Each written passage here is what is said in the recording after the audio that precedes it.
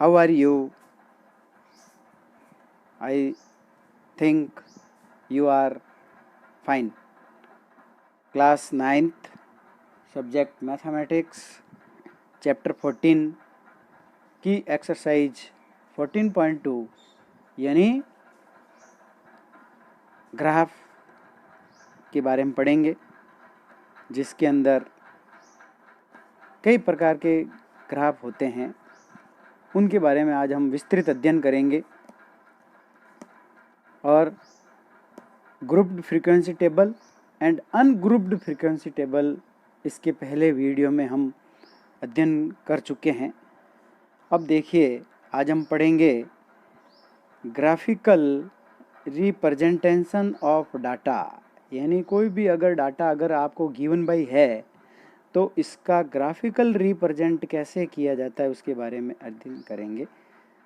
The representation of data by tables has already been discussed. Now let us turn our attention to another representation of data. Identify the graphical representation.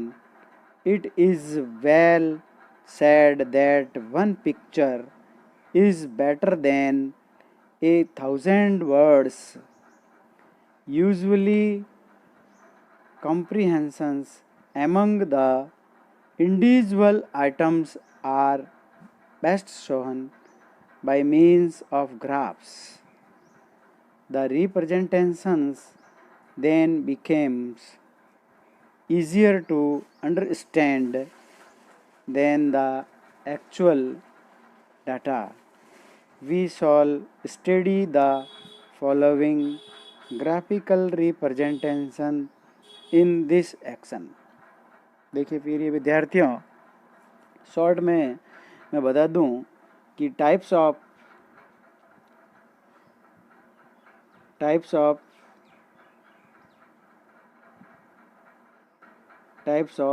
Graphical 3 types होते हैं main रूप से: bar graph, histograms and frequency polygon. इस तीनों के बारे में आज हम विस्तृत अध्ययन करेंगे। सबसे पहले है बार ग्राफ, दूसरा है हिस्टोग्राम्स और तीसरा है फ्रीक्वेंसी पॉलीगन। अब देखिए, सबसे पहला है बार ग्राफ। यानी जो बार ग्राफ होता है वह एक इस प्रकार का ग्राफ होता है जिसका ये इसका ओरिजिन पॉइंट्स कहलाता है ओ, और ये इसका X axis O X axis होता है, ओ वाई एक्सिस होता है, ये एक्स एक्सिस। अब इसके अंदर जो बार ग्राफ्स जो बनता है, इसके अंदर एक बॉक्स को खाली छोड़ा जाता है, यानी रिक्त छोड़ा जाता है। इस प्रकार से ये बार ग्राफ बन जाता है और इसमें एक बॉक्स पे ग्राफ बनेगा और एक बॉक्स आपको खाली छोड़ना है। ऐसे नहीं कि एक बॉक्स पे तो ग्राफ बना दिया और 2 बॉक्स छोड़ दिया, कभी 3 बॉक्स छोड़ दिया, ऐसे नहीं करना है। निश्चित रूप से एक बॉक्स पर ग्राफ बनता है तो एक बॉक्स ही आपको खाली छोड़ना है, और अगर 2 बॉक्स पर ग्राफ बनाते हैं तो 2 बॉक्स ही खाली छोड़ने। निश्चित इंटरवल होना चाहिए। और इस प्रकार ये बार ग्राफ की एक विशेषता होती है कि एक बॉक्स खाली और एक बॉक्स में ग्राफ बनाना है, तो ये कौन सा कहलाता है? अपने बार ग्राफ कहलाता है। बार ग्राफ का ये इस पर निर्माण होता है। ओ एक्स अक्ष पर कोई भी निश्चित जो संख्या होती हैं, यानी डेफिनेट नंबर्स को यहाँ पे लिख देते हैं, जैसे वर्ष 1990, 2000, 2010, 2020, यहाँ पे कोई भी नंबर्स आ जाते हैं, फ्रिक्वेंसी होती हैं वो आ जाते हैं। इस प्रकार बार ग्राफ बनता है। दूसरा हमारे पास में है प्रिय विद्यार्थियों हिस्टोग्राम्स। देखिए, हिस्टोग्राम्स के अंदर वही बार ग्राफ के जैसा ही होता है, लेकिन इसके अंदर आपको ये ध्यान रखना है कि ओ एक्स अक्ष और ओ वाई अक्ष जो होती हैं, इसमें कोई भी बॉक्स को खाली नहीं छोड़ना है, यानी साथ साथ बनाना है। ये आपके हिस्टोग्राम्स कहलाता है। इस प्रकार ये हिस्टोग्राम्स बन जाता है। कभी ज़्यादा कभी कम इस प्रकार से हो सकता है, तो ये हिस्टोग्राम्स ग्राफ कहलाता है। और तीसरा होता है फ्रीक्वेंसी पॉलीगन। तो फ्रीक्वेंसी पॉलीगन बनाने के लिए आपको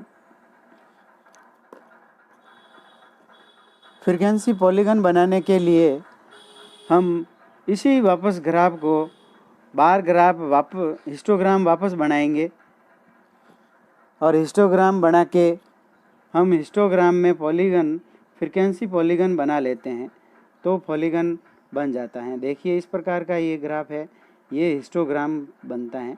और इस हिस्टोग्राम्स को इसमें जो बार ग्राफ्स बार बने हुए हैं, इस बार का मिड पॉइंट लेते हैं और इस 2 मिड पॉइंट्स को आपस में मिलाने पर जो ग्राफ बनता है वह फ्रीक्वेंसी पॉलीगन कहलाता है। जैसे मैं इस 2 पॉइंट्स को मिला लूँगा, इस प्रकार से अगले 2 पॉइंट्स को मिला लूँगा, फिर उसके अगले 2 पॉइंट्स को मिला लूँगा, इस प्रकार उसके अगले 2 पॉइंट्स को मिला लूँगा, तो ये जो बनेगा वो फ्रीक्वेंसी पॉलीगन कहलाता है। अब जब फ्रीक्वेंसी पॉलीगन बन जाता है तो वापस अब हम एक प्रश्न लेके इसको बहुत ही अच्छी तरह से क्लियरिफिकेशन कर सकते हैं। और जब इसको क्लियरिफिकेशन करेंगे, in earlier classes you have already studied and construct the bar graph. Here we shall discuss them through a more formal approach.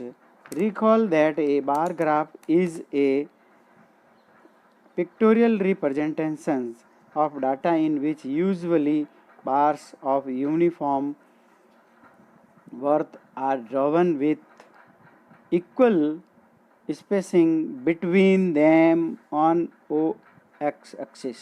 मैंने बताया था, जैसे मैंने ऊपर समझा दिया है वैसे ही ये इसके अंदर लैंग्वेज में बता रहा है।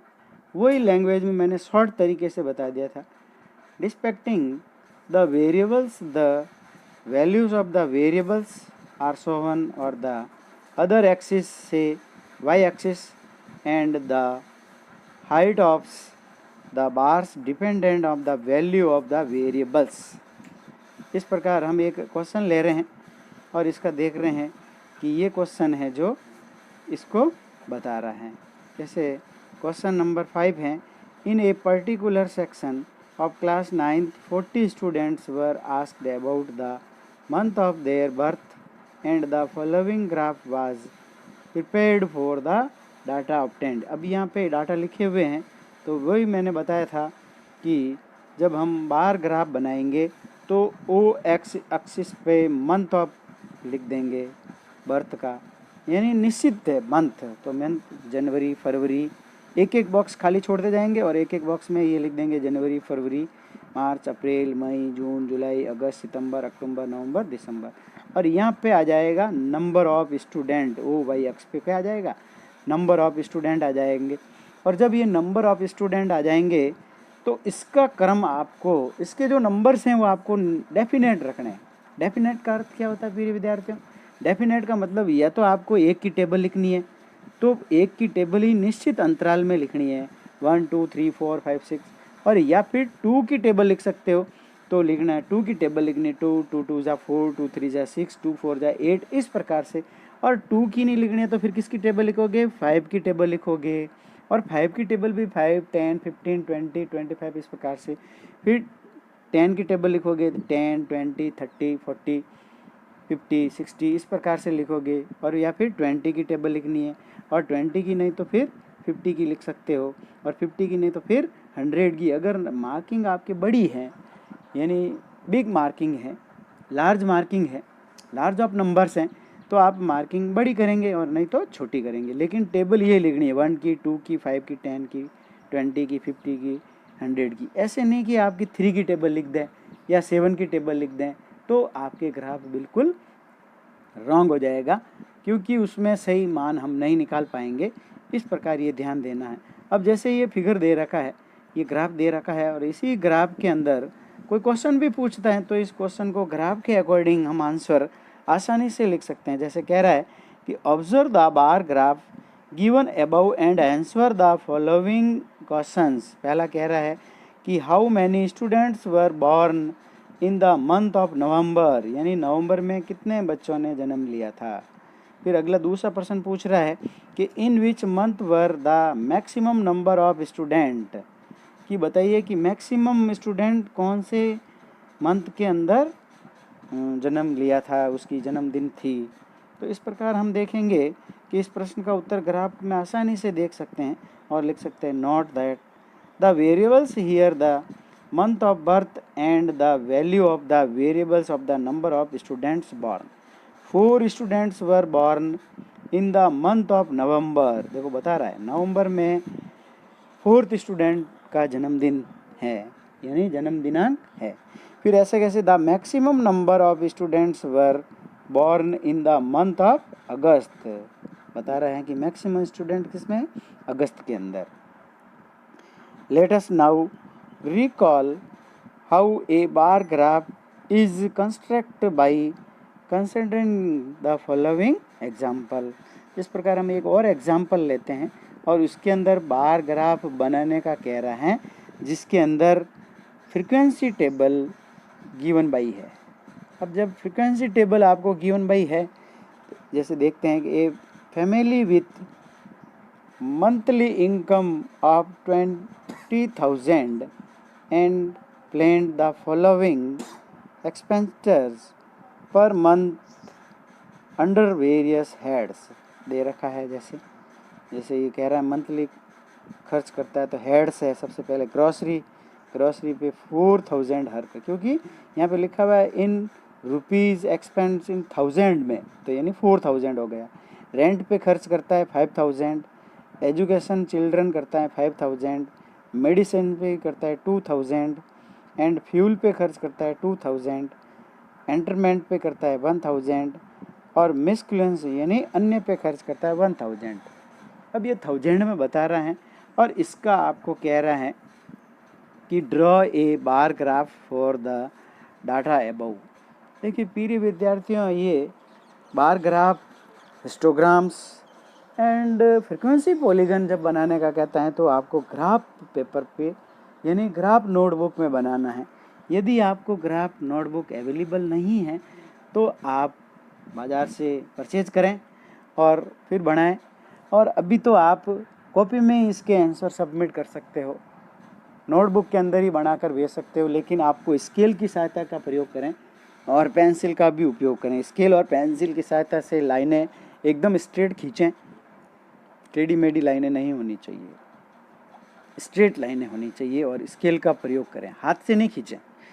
तो अब देखो इसका बार ग्राफ बनाने के लिए हम देखते हैं कि इसके अंदर बता रहा है we draw the bar graph this data in the following steps. Note that the unit in the seconds columns 1000 rupees, so 4 against grocery यानी 4,000।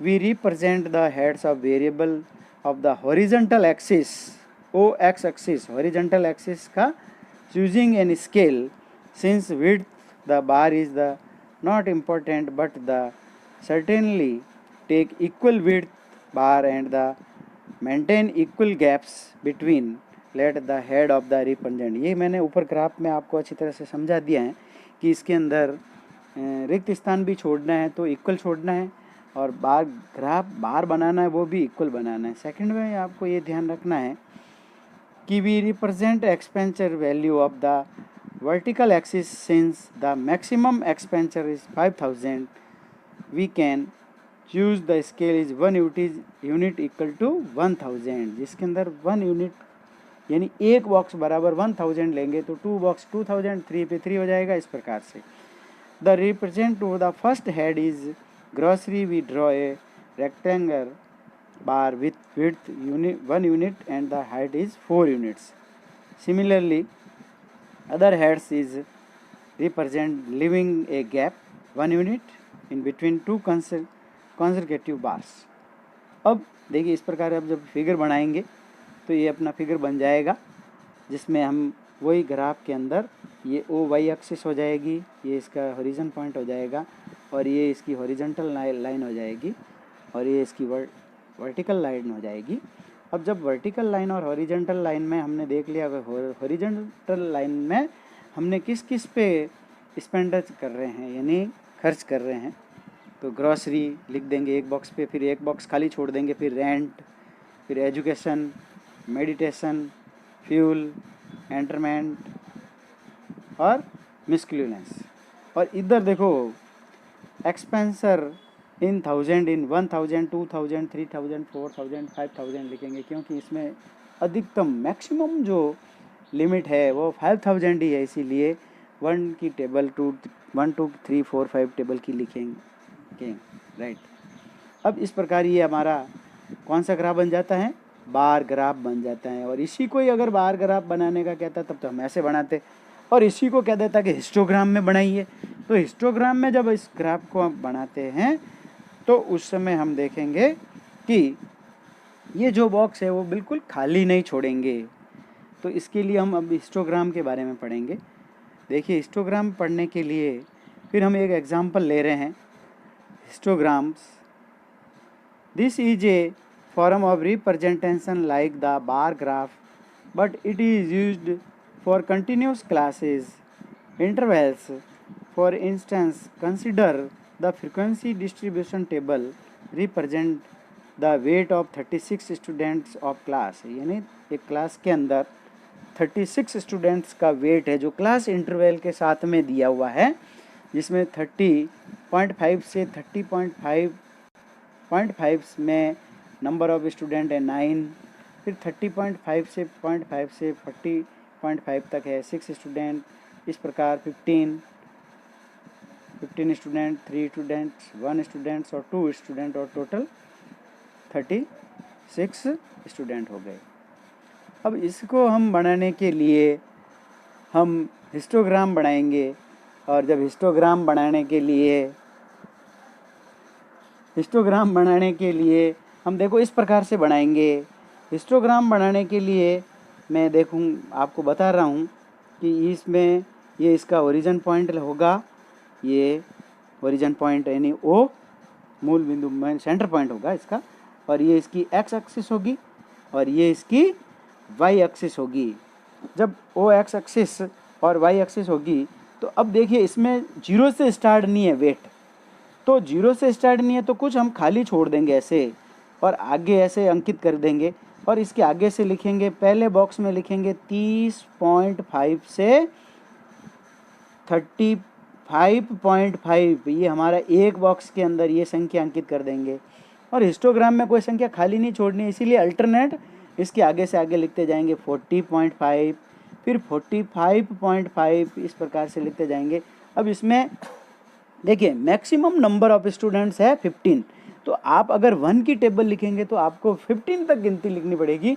तो इससे हम क्या करेंगे, 1 बॉक्स बराबर 2 का टेबल लिख देंगे, 2, फिर लिख देंगे 4, फिर लिख देंगे 6, फिर लिख देंगे 8, और फिर ऐसे कैसे 10, फिर 12, फिर 14, फिर 16 लिख देंगे।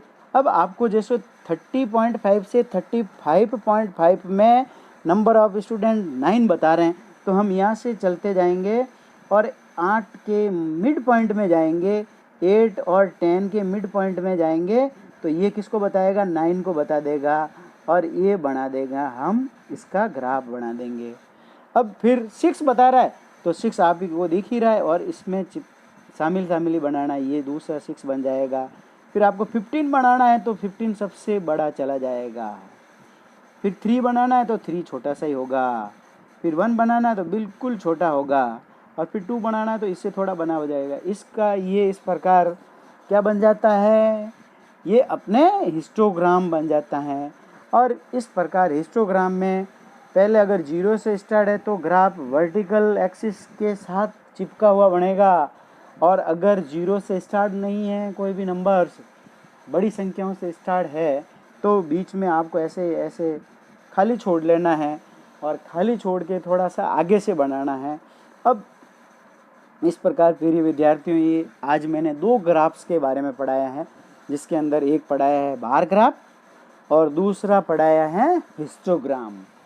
अब बार ग्राफ के अंदर एक बॉक्स खाली छोड़ना है, एक बॉक्स पे ग्राफ बनाना है, और हिस्टोग्राम में सभी बॉक्स चिपके हुए बनाने हैं, लेकिन बॉक्स का जो इंटरवल्स है वो इक्वल रखना है। ऐसे नहीं कि किसी का इंटरवल 1 बॉक्स रख दिया, किसी का इंटरवल 2 बॉक्स रख दिया, तो आंसर गलत हो जाएगा और इसका जो हिस्टोग्राम बनेगा वो भी रॉन्ग होगा।